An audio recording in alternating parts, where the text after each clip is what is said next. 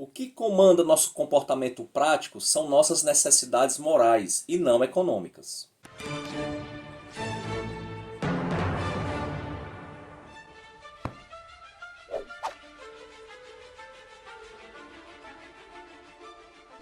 Fala pessoal, muito bem-vindos ao canal Ler é Preciso. Eu me chamo José Lopes. Nesse vídeo falarei sobre o livro do sociólogo brasileiro Gessé Souza, O Pobre de Direita, A Vingança dos Bastardos, o que explica a adesão dos ressentidos à extrema direita. Livro esse publicado pela editora Civilização Brasileira e que tem 216 páginas. Gessé Souza, como já falei, sociólogo, ele nasceu em Natal, Rio Grande do Norte, em 1960, é graduado em Direito e mestre em Sociologia pela Universidade de Brasília, doutor em Sociologia pela Universidade de Heidelberg e pós-doutor em Psicanálise e Filosofia na New School of Social Research. De 2015 a 2016, ele foi presidente do Instituto de Pesquisa Econômica Aplicada, IPEA, na época do governo Dilma Rousseff. Entre outros livros que ele já escreveu, também ele participa muito em vídeos no YouTube, já assisti alguns vídeos, inclusive ele é muito queridinho, né, da esquerda, tem a sua visão esquerdista, isso aí eu já sabia, mas eu fiquei muito curioso pelo título do livro. É um livro recente, foi publicado em 2024, mas, se eu não me engano, foi publicado antes das eleições municipais. E esse tema, pobre de direita, já vem me chamando a atenção já há bastante tempo. Eu, como professor, eu participo de alguns grupos, né, tanto no WhatsApp como no Facebook, de professores, e vocês sabem que os professores, a grande maioria, é da esquerda. E esse tema já é recorrente nesses grupos. A questão de como é que o pobre ele pode ser de direita. O que é que explica isso? Então o Gessé Souza ele tenta explicar esse fenômeno. Por que que os partidos políticos de esquerda, os pobres, estão se afastando desses partidos que inicialmente, né, há umas décadas atrás, eles eram identificados com esses partidos de esquerda e agora estão guinando para a direita. E as eleições municipais de 2024 mostraram isso. Os partidos de direita, principalmente centro-direita, deram uma lavada nas urnas contra os partidos de esquerda. Para você ter uma ideia, o partido do atual presidente, o Lula, PT, só conseguiu uma capital, que foi Fortaleza, a minha cidade, infelizmente, e com uma diferença irrisória. Então, assim, isso ligou muito o alerta dos esquerdistas, e eles estão tentando entender o que fazer para que os pobres voltem para a esquerda. Então por isso que eu comprei o livro. É um sociólogo renomado, mesmo sendo de esquerda, eu esperava uma análise honesta, uma análise realmente científica dos fatos. O livro é dividido em 4 capítulos. O primeiro capítulo, a síndrome do Coringa. Aliás, isso aqui é a introdução, desculpa. O primeiro capítulo é os Estados Unidos como espelho do mundo. A impressão que eu tive ao ler esse primeiro capítulo é que esse primeiro capítulo não foi escrito originalmente para esse livro. Eu percebi um texto totalmente desconecto com o restante da obra. Deu a impressão que é um artigo bem escrito, por sinal. Ele vai falar sobre a singularidade americana, a questão dos Estados Unidos defender esse modo de vida norte-americano, os republicanos, o marketing usado para defender esse modo de vida norte-americano, a crise da Bolsa de 1929, né, a crise do capitalismo, enfim, temas que, ao meu ver, ficaram totalmente desconectos do propósito do livro, que é explicar o fenômeno o pobre de direita. Então eu não vou nem entrar em detalhes nesse capítulo, porque para mim não me interessou nem um pouco, apesar de ser um capítulo como um artigo, uma leitura válida. A partir do capítulo 2, aí sim, ele entra no tema que ele propõe, no título, as raízes históricas da extrema direita do Brasil. Interessante que para essa galera não existe direita, só é extrema direita. Interessante que para eles também não existe extrema esquerda. Só existe extrema direita. Eu acho interessante esse detalhe. Então aqui no capítulo 2, as raízes históricas do, da extrema direita no Brasil.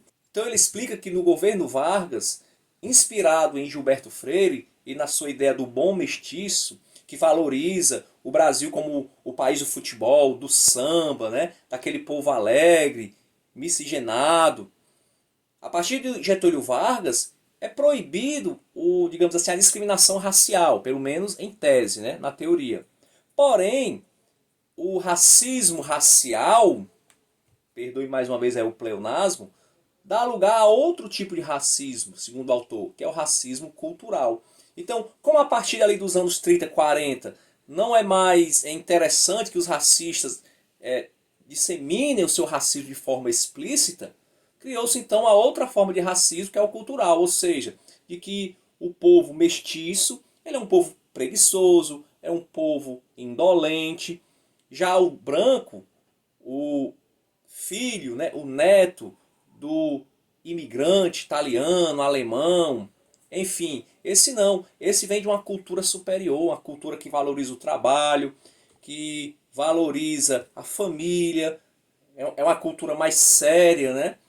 Diferentemente da cultura dos povos mestiços, que estão concentrados principalmente na parte norte do Brasil. Então, o Gessé Souza explica, e eu concordo com ele, que quando nós temos atos ou discursos xenofóbicos contra o nordestino e o pessoal também da região norte, na realidade, isso não é simplesmente porque o nordestino nasceu próximo da linha do Equador. Não é questão geográfica, é uma questão racial. Eu concordo com ele, porque no Nordeste, no Norte, existe realmente uma grande quantidade de pessoas negras, né, mestiças.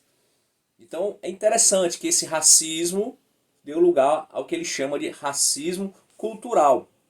Concordo com ele.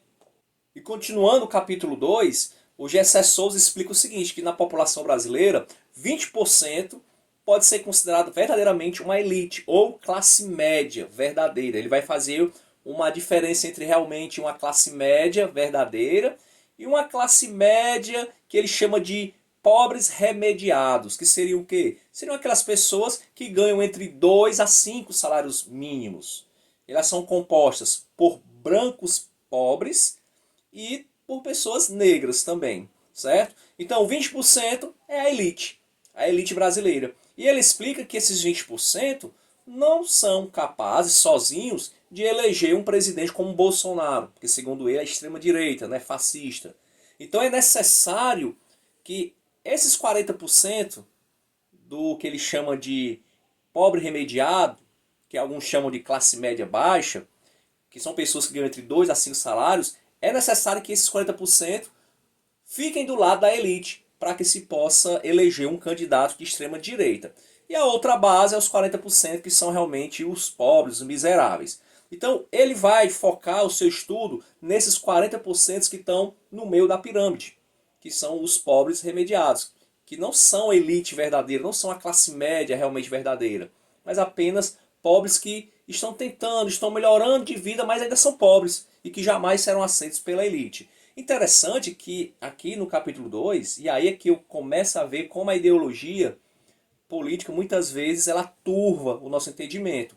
O livro estava até bom, estava até gostando da leitura. Até que na página 75, olha o que é que ele escreve na página 75. Todo governo popular, começa na página 74, que procurou ajudar os marginalizados, foi apeado do poder por um golpe de Estado, apoiado pela elite e pela classe média. Claro que a desculpa foi sempre a lorota da corrupção, de modo a moralizar o preconceito dos privilegiados e justificar o abuso. Então, Gessé diz que corrupção, isso é uma desculpa. Que todo governo que pensou no povo, governo popular, e ele dá exemplos, né? Getúlio Vargas, Lula, Dilma, eles foram perseguidos por essa elite e a desculpa é corrupção. Bem, Collor também ele foi destituído do poder e ele não era um governo popular do ponto de vista, né, do que ele defende aqui como popular.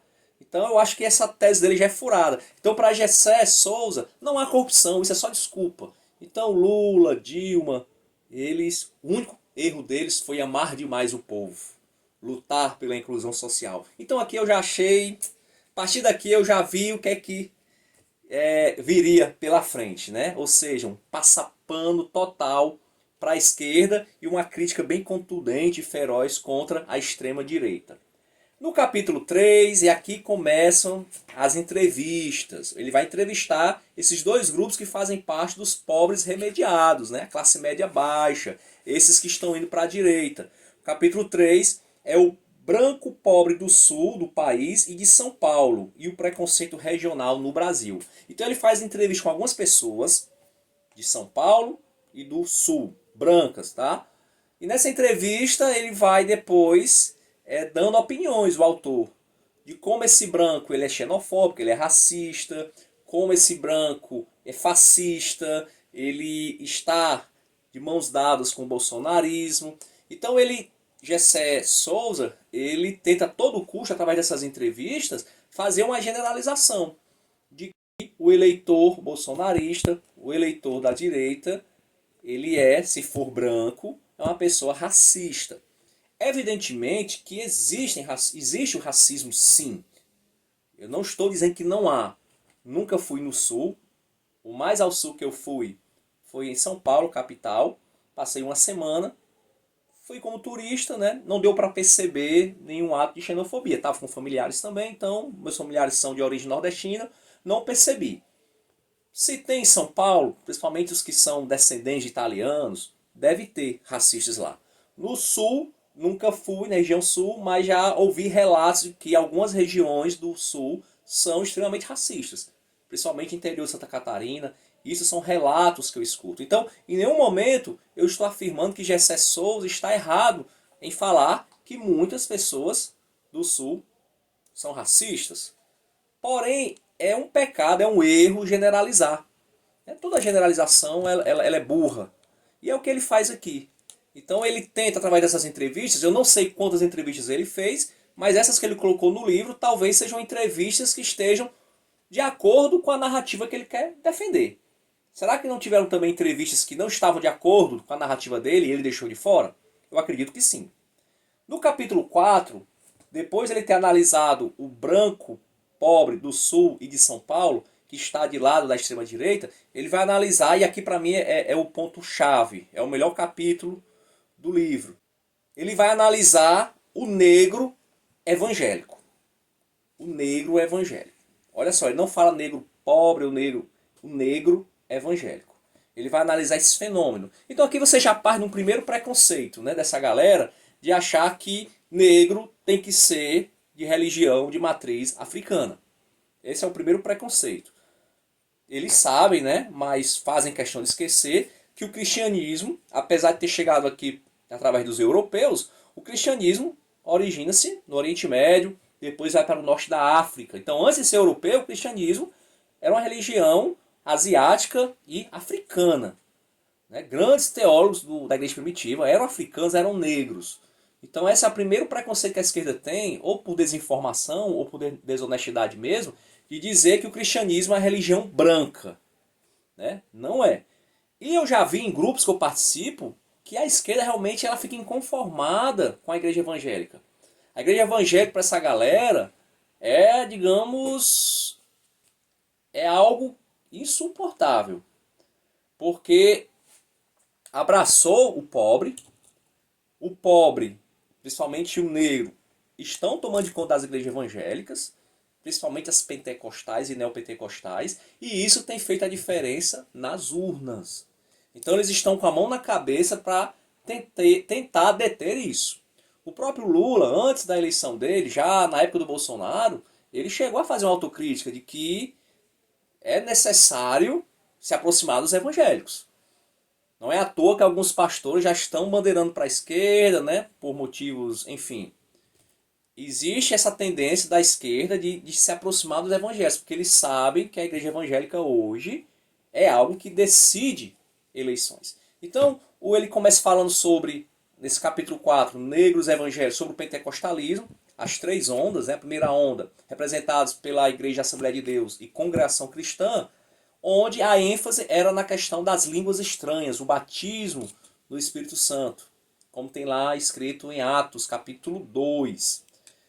A segunda onda, representada principalmente pela Igreja Quadrangular, já dá ênfase às curas divinas. E a terceira onda, onde você tem aí o representante mais importante, a Igreja Universal, já dá ênfase a exorcismos, a batalhas espirituais. E aqui o Gessé Souza vai dizer que é uma busca pelo embranquecimento. Essa é o que ele chama de terceira onda, né? Realmente, para a sociologia, a terceira onda do pentecostalismo, os teólogos chamam de neopentecostais, né? Existe uma diferença entre igrejas pentecostais clássicas, como a Assembleia de Deus, por exemplo, e uma igreja neopentecostal, como a Igreja Universal. Mas não cabe aqui a gente entrar muito nesse ponto. Então as igrejas neopentecostais, como a Universal, Igreja da Graça, enfim, a Mundial também, eles dão muito ênfase a questões de guerra espiritual. E eles demonizam, digamos assim, as religiões afrodescendentes, religiões de matriz africana.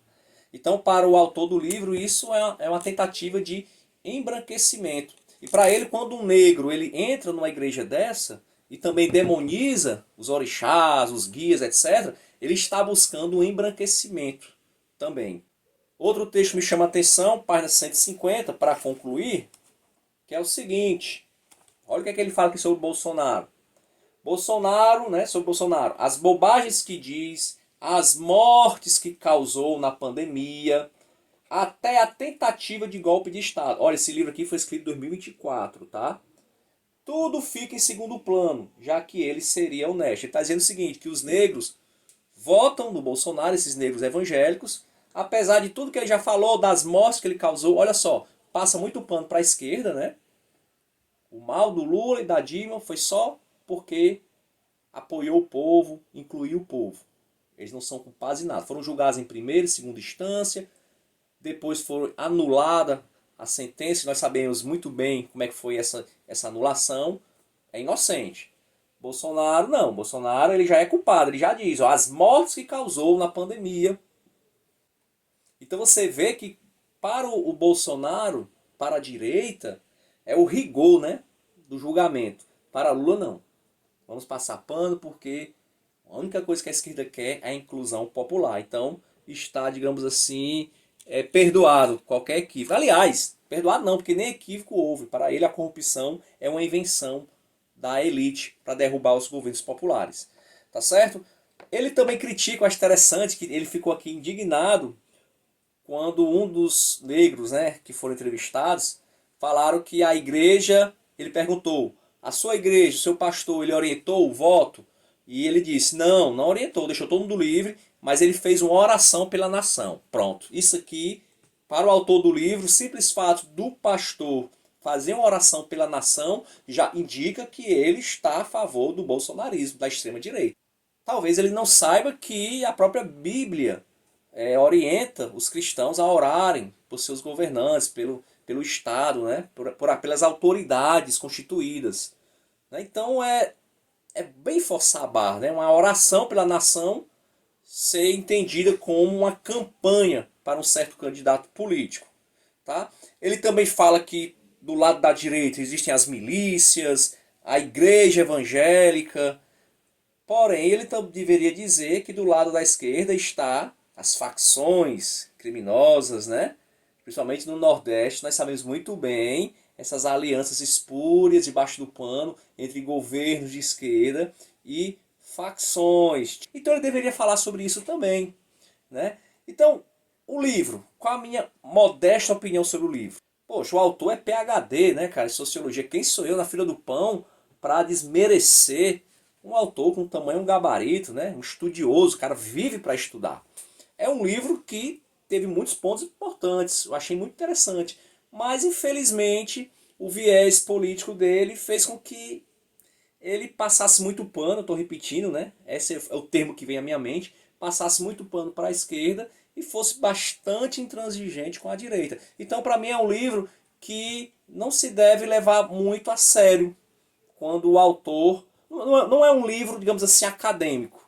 é um livro para a galera dele lá, da esquerda, ler e vibrar, tá certo? Eu esperava um livro mais acadêmico, que realmente explorasse o fenômeno do pobre da direita de maneira mais acadêmica, mais imparcial, honesta.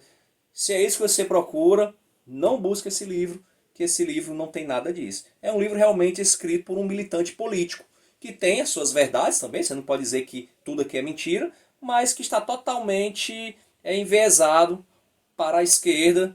Então, por isso, é um livro que eu não indico, por esse ponto, ok? Se você ficou até aqui, se tiver gostado, se você já leu o livro, se você concorda ou discorda, comenta aí. Aguardo você no próximo vídeo e vamos ler porque ler é preciso.